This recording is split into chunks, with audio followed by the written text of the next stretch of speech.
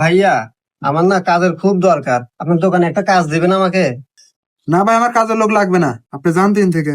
ভাই ভাই, আমার কাজের খুব দরকার ভাই, আপনার দোকানে একটা কাজ দেন ভাই, আমি 3 দিন হলো না খার আছি ভাই। আচ্ছা ভাই, কাজ দেওয়া যাবে, সমস্যা না, তবে একটা শর্ত আছে। আপনার সব শর্তই মানতে রাজি আছি ভাই, কি শর্ত বলেন?